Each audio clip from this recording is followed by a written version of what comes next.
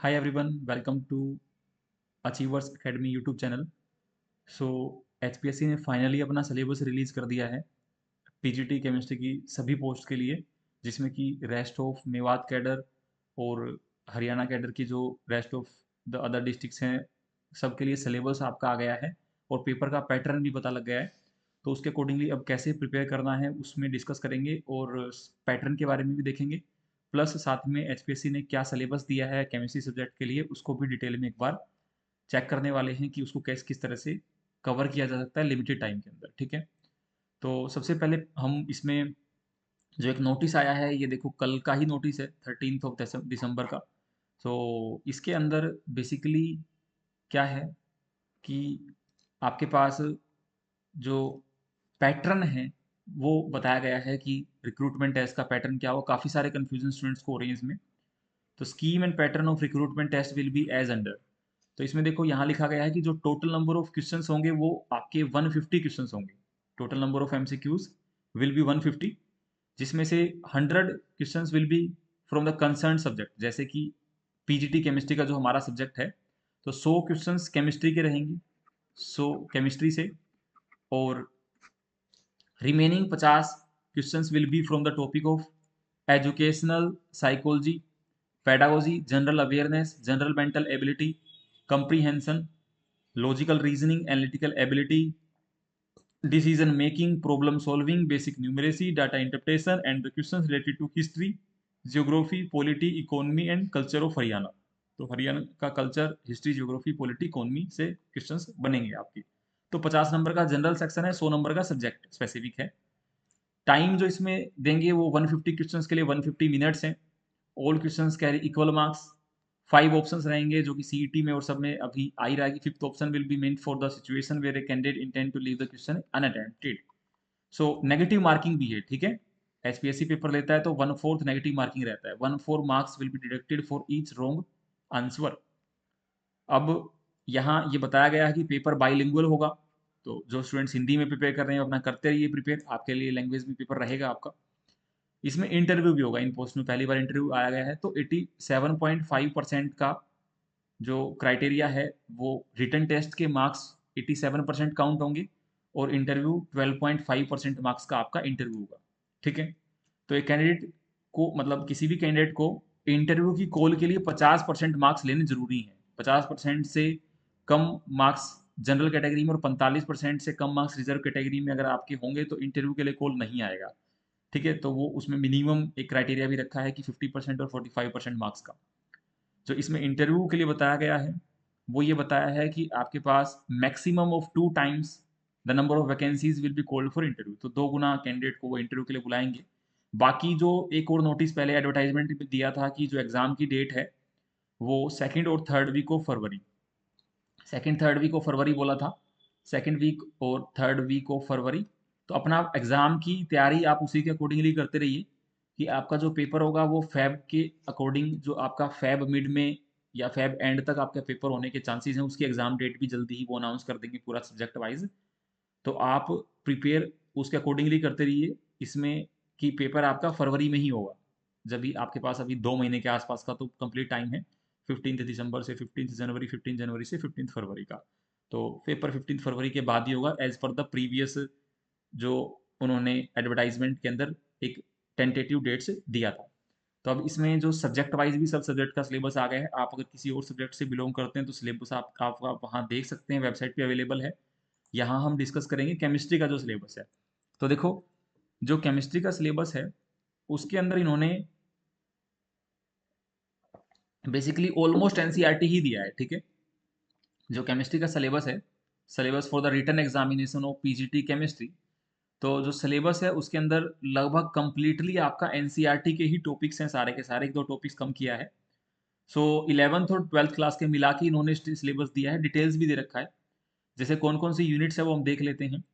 First है some basic concept in chemistry. तो ये आपका क्लास 11 का है। जो भी बेसिक टॉपिक्स हैं वो क्लास 11 के ही इसमें इन्होंने पूछे हुए हैं आपसे। तो आप इसको कंप्लीटली कवर कर सकते हैं। ऑलरेडी होपफुली आपने एचटेट से पहले भी इन सब टॉपिक्स को पढ़ा होगा, बट अगर डिटेल में नहीं पढ़ा तो आप इन सब टॉपिक्स को डिटेल में कवर कर सकते हैं। सेकेंडली जो है वो स्टेट्स ऑफ मैटर है। स्टेट्स ऑफ मैटर का, जिसमें कि liquid, solid and gaseous state. Third, structure of atom. Fourth, equilibrium, इसमें क्या है आपका इक्विलिब्रियम है। पांचवा, सरफेस केमिस्ट्री है। सिक्स्थ, केमिकल काइनेटिक्स है, ठीक है, दैट इज केमिकल काइनेटिक्स। इसके बाद यहाँ देखिएगा, अब थोड़ा थोड़ा मैं इसमें अगर आपको बताऊं तो इन्होंने कहीं कहीं एडवांस चीजें भी डाली हुई हैं, ध्यान रखना, प्योरली एनसीईआरटी नहीं है। जैसे इसमें अगर मैं बोलूं, ये जैसे सॉलिड का चैप्टर है आपका, तो सॉलिड्स के अंदर हम डिस्कस करें तो आपके पास जैसे ये है, transforming of crystal structure on varying temperature, temperature के साथ डिपेंडेंसी क्या होगी, ठीक है। तो ये सब बातें, या फिर कुछ कुछ पॉइंट्स हैं जो इन्होंने यहाँ प्रोबेबिलिटी डिस्ट्रीब्यूशन कर्व्स हैं, एनसीईआरटी में दिया हुआ है, बट थोड़ा और डिटेल में उसको एक्सप्लेन करके आपको पढ़ना है। यहाँ बात करेंगे दूसरे काइनेटिक्स में, इन्होंने रिएक्शन मैकेनिज्म लिखा है, अभी एनसीईआरटी में नहीं है reaction mechanism, simple and complex reactions का, तो बैचलर डिग्री में आपको जाना पड़ेगा उसके लिए। मतलब मैं यही बोलूंगा कि हर एक टॉपिक को आप बीएससी तक का पढ़िएगा, ओनली ट्वेल्थ की एनसीईआरटी पे कंसाइज मत रहिएगा। पेपर में समटाइम्स उसी सेम टॉपिक से क्वेश्चन हायर लेवल का बन सकता है या लोअर लेवल का बनेगा, वो तो अब हम एग्जाम के बाद ही पता लगेगा। तो हमें अपना वेल प्रिपेयर रहना है कि क्वेश्चंस इन टॉपिक से कैसे भी आए हैं आपके। जैसे यहाँ इन्होंने इलेक्ट्रोकेमिकल सीरीज और ये सब तो हम ऑलरेडी कवर करते हैं ट्वेल्थ क्लास में। बाकी सॉल्यूशंस का चैप्टर भी आपका ट्वेल्थ क्लास का ही है। केमिकल बॉन्डिंग में ये जो मोलिकुलर ऑर्बिटल थ्योरी, थोड़ा डिटेल में पढ़ लेना इसको, ठीक है, ये टॉपिक्स मास्टर्स में और बैचलर्स में आता है। फिर ये हेल्महोल्ट्ज गिव्स फ्री एनर्जी और ये थर्मोडायनेमिक्स ऑफ इलेक्ट्रोकेमिकल सेल भी थोड़ा बैचलर्स में इसको डिटेल से जाके पढ़ते हैं बीएससी में। तो टॉपिक्स आपका सेवन्थ आपका रिडॉक्स रिएक्शंस एंड इलेक्ट्रोकेमिस्ट्री है। देन यहाँ सॉल्यूशंस है, फिर केमिकल बॉन्डिंग, मोलिकुलर स्ट्रक्चर है, एक टॉपिक आपका थर्मोडायनेमिक्स है, क्लासिफिकेशन ऑफ एलिमेंट जिसको पीरियडिक प्रॉपर्टीज बोलते हैं, इसको थोड़ा सा अच्छे से कवर करना है। हाइड्रोजन का टॉपिक तो एनसीईआरटी से ही हो जाएगा cover. General principle and process of isolation of element and S block element, तो ये मेटलर्जी का टॉपिक है, इसको भी हमें कवर करना है, ठीक है। देन फिर पी ब्लॉक एलिमेंट है, तो पी ब्लॉक एलिमेंट के लिए पूरा देखो डिटेल में दिया है पी ब्लॉक एलिमेंट। अब पी ब्लॉक एलिमेंट में बड़ा कंफ्यूजन रहता है कि सर वो सारा पढ़ेंगे या इतना बड़ा है, तो उसके अकॉर्डिंग मत पढ़ना।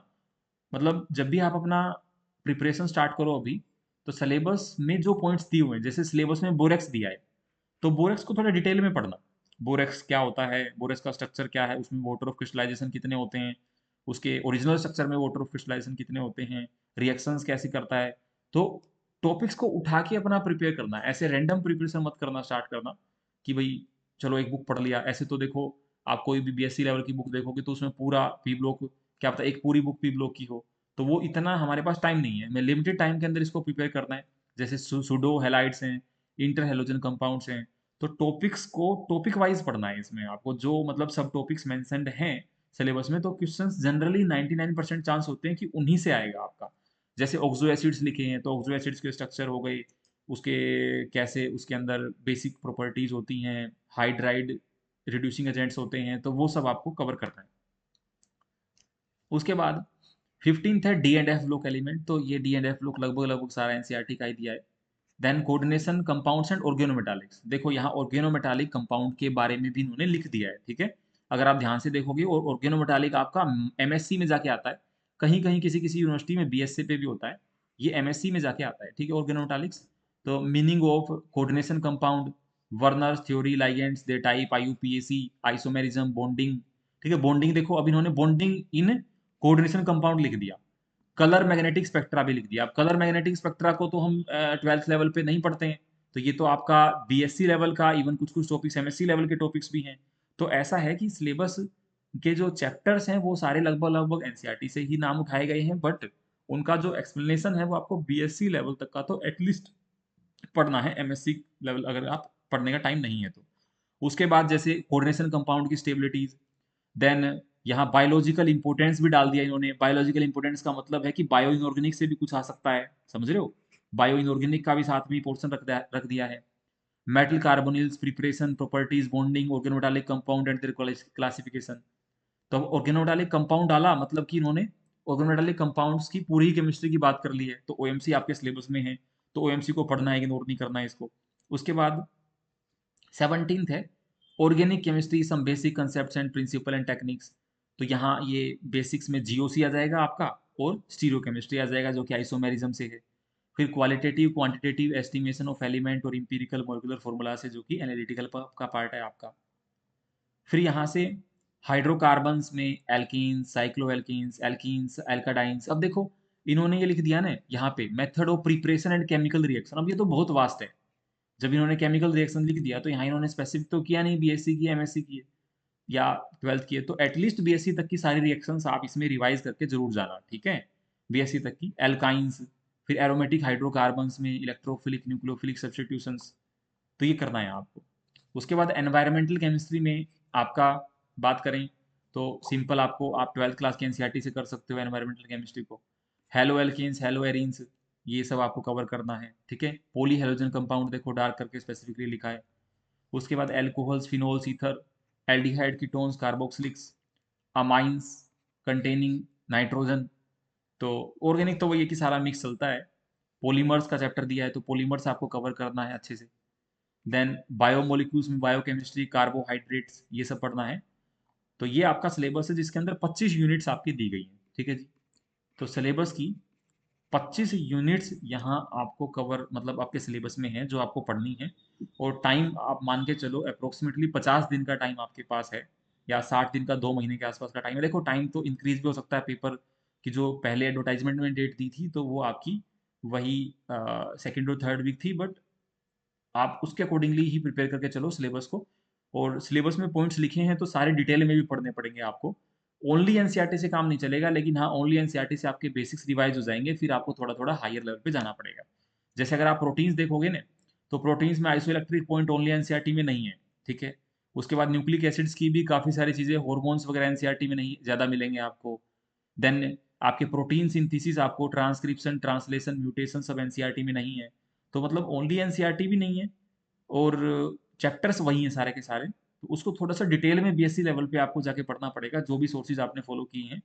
और ये सब हमने ऑलरेडी हमारे कोर्स के अंदर कवर किया है। अगर आप अचीवर्स एकेडमी पर ऑलरेडी स्टूडेंट हैं पीजीटी केमिस्ट्री बैच के, या फिर आप पीजीटी केमिस्ट्री बैच को लेने वाले हैं केवीएस के लिए, डी ट्रिपल एस बी के लिए, एचपीएससी स्क्रीनिंग के लिए, तो हमने इस सिलेबस को अपना एचपीएससी स्क्रीनिंग के लेवल तक का ही ऑलरेडी कवर किया हुआ है सारा सिलेबस। जिसमें आपको अगर बैच आप ज्वाइन करते हैं तो बैच के अंदर आपको 300 प्लस क्लासेस मिलेंगी।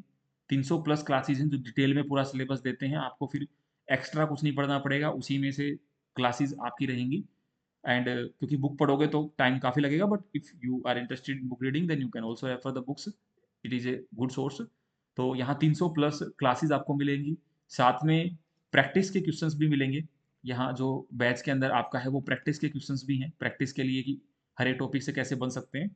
और अभी मैं एक नया इनिशिएटिव स्टार्ट कर रहा हूँ ये सिलेबस आने के बाद, कि हम हर एक टॉपिक वाइज क्वेश्चंस को इसमें अपने चैप्टर्स में ऐड करेंगे। जैसे कि पहला ये दिया हुआ है सम बेसिक कंसेप्ट, तो हम बेसिक कंसेप्ट से जितने भी क्वेश्चंस बन सकते हैं उनको अपना एक साथ एक फोल्डर के अंदर रख देंगे अपने कोर्स में। तो वहाँ से आप फिर उसको पूरा डिटेल में कवर कर सकते हो, जिससे कि आपको जैसे इस सिलेबस के टॉपिक वाइज आपको आपके बैच में प्रैक्टिस करने को मिल जाएगी। आपको उस टाइप के असाइनमेंट्स या पीडीएफ जो भी हम प्रोवाइड करेंगे वो आपको वहाँ मिल जाएंगे, जिससे कि आपको प्रैक्टिस के लिए भी अलग से कोई सोर्स फॉलो करने की रिक्वायरमेंट नहीं पड़ेगी, एंड वहीं से आपका प्रैक्टिस हो जाएगा। उनको फिर डिस्कस कर लेंगे इन द लाइव क्लास और इन एनी रिकॉर्डेड क्लास। तो बेसिकली सिलेबस की जो क्लासेज हैं ऑलरेडी रिकॉर्ड हो चुकी हैं, रिकॉर्डेड बैच है आपका। तो वो सारा का सारा इस सिलेबस को ध्यान में रखते हुए बनाया गया है। ऑलरेडी पहले ही डिटेल में करवाया गया था, क्योंकि एचपीएससी पेपर कंडक्ट करवा रहा था, तो ये एक्सपेक्ट था हमें कि सिलेबस थोड़ा सा डिटेल में ही पूछेगा। और वो 25 यूनिट्स इन्होंने दिया भी है। तो 100 नंबर के सब्जेक्ट के लिए आप ये 25 यूनिट्स को पढ़ सकते हो। ऑन एन एवरेज 4 मार्क्स की एक यूनिट, हर एक यूनिट से 4 मार्क्स का क्वेश्चन बनता है आपका। तो जो टॉपिक्स लिखे हुए हैं उनको ही पढ़ना है, ज़्यादा डिटेल में नहीं जाना है, क्योंकि 25 यूनिट्स को पढ़ने में टाइम काफ़ी कम है। और दूसरा है कि अपना ये जो यूनिट्स हैं इनके प्रैक्टिस भी साथ साथ करनी है। तो प्रैक्टिस के लिए आप कोई बुक भी फॉलो कर सकते हैं, या फिर प्रैक्टिस में कोर्स के अंदर करवा ही रहा हूँ तो वहाँ से भी आप क्या कर सकते हैं, अपना पूरा का पूरा प्रैक्टिस की क्लासेस भी साथ साथ कर सकते हैं, ठीक है। तो प्रैक्टिस आपकी जल्दी ही कोर्स के अंदर लाइव स्टार्ट हो जाएगी। एंड देन जो आपके क्लासेस हैं वो ऑलरेडी रिकॉर्ड हो चुके हैं। तो ये सिलेबस था पीजीटी केमिस्ट्री का। बाकी जो 50 मार्क्स का सिलेबस है, 50 मार्क्स के अंदर हमारा इन्होंने एजुकेशनल साइकोलॉजी डाला है, and then pedagogy, teaching, learning, वो सब निशा मैम आपके साथ पूरा डिस्कस कर चुके हैं ऑलरेडी, बाकी डिटेल में मैम इसके लिए आपको बता ही देंगे, जो भी इसकी अलग से क्लासेस रहेंगी, ठीक है? सो ये जो बैच होगा आपका, जो है वो केवीएस के लिए, DSSS के लिए, आरपीएससी और सब एग्जामिनेशंस के लिए इक्वली रेलेवेंट है। एंड इसमें काफ़ी सारे लर्नर्स ने इस बार एचटेट क्वालिफाई किया और 50 नंबर से ऊपर भी काफ़ी लर्नर्स के इसमें मार्क्स रहे हैं, ठीक है? तो ये इन्फॉर्मेशन थी, सिलेबस मुझे आपको एक बार बताना था, तो आप अपना प्रिपेयर कर सकते हैं। बैच के साथ भी कर सकते हैं, विदाउट बैच भी कर सकते हैं, this is just your choice कि आप कैसे भी प्रिपेयर करें, बट सिलेबस को फोकस करते हुए प्रिपेयर करें और सिलेबस के जो पॉइंट्स लिखे हैं, उनको ध्यान से पढ़ें। ऐसा नहीं है काइनेटिक्स पढ़ा तो हमने सिलेबस नहीं देखा, लेकिन काइनेटिक्स की बुक पढ़ ली है हमने। जब इन्होंने लिखा है थ्योरीज ऑफ रिएक्शन रेट, तो आपको उसके अकॉर्डिंगली फिर उसको पढ़ना पड़ेगा और जो सिलेबस में पॉइंट्स दिए हैं, वहाँ से थोड़ा-सा आप फ़ोकस करके पढ़ो, तो लिमिटेड टाइम में आप अच्छा सिलेबस पूरा कवर करके अपने मैक्सिमम मार्क्स सब्जेक्ट में सिक्योर कर सकते हैं। क्योंकि सब्जेक्ट में आपके पीजीटी में जितने अच्छे मार्क्स रहेंगे, उतना ही आपको एडवांटेज मिलेगा इसके अंदर, ठीक है? तो ये यहाँ हमने सिलेबस डिस्कस किया पीजीटी केमिस्ट्री का। कुछ भी आपको डाउट हो तो आप कमेंट्स बॉक्स में पूछ सकते हैं एंड क्लासेस ऑलरेडी अवेलेबल हैं एप्लीकेशन पर। देन प्रैक्टिस के जो क्लासेस हैं वो कुछ अवेलेबल हैं, कुछ अभी इन यूनिट्स के वाइज हम स्टार्ट करने वाले हैं, तो वो प्लान भी आपको दे दिया जाएगा। तो thanks for joining with us in this session. If you have any queries, doubt regarding the course and any other topics of this syllabus, you can comment in the comment box section. Thanks for joining. Take care. Bye bye. पढ़ते रहिए, revise करते रहिए.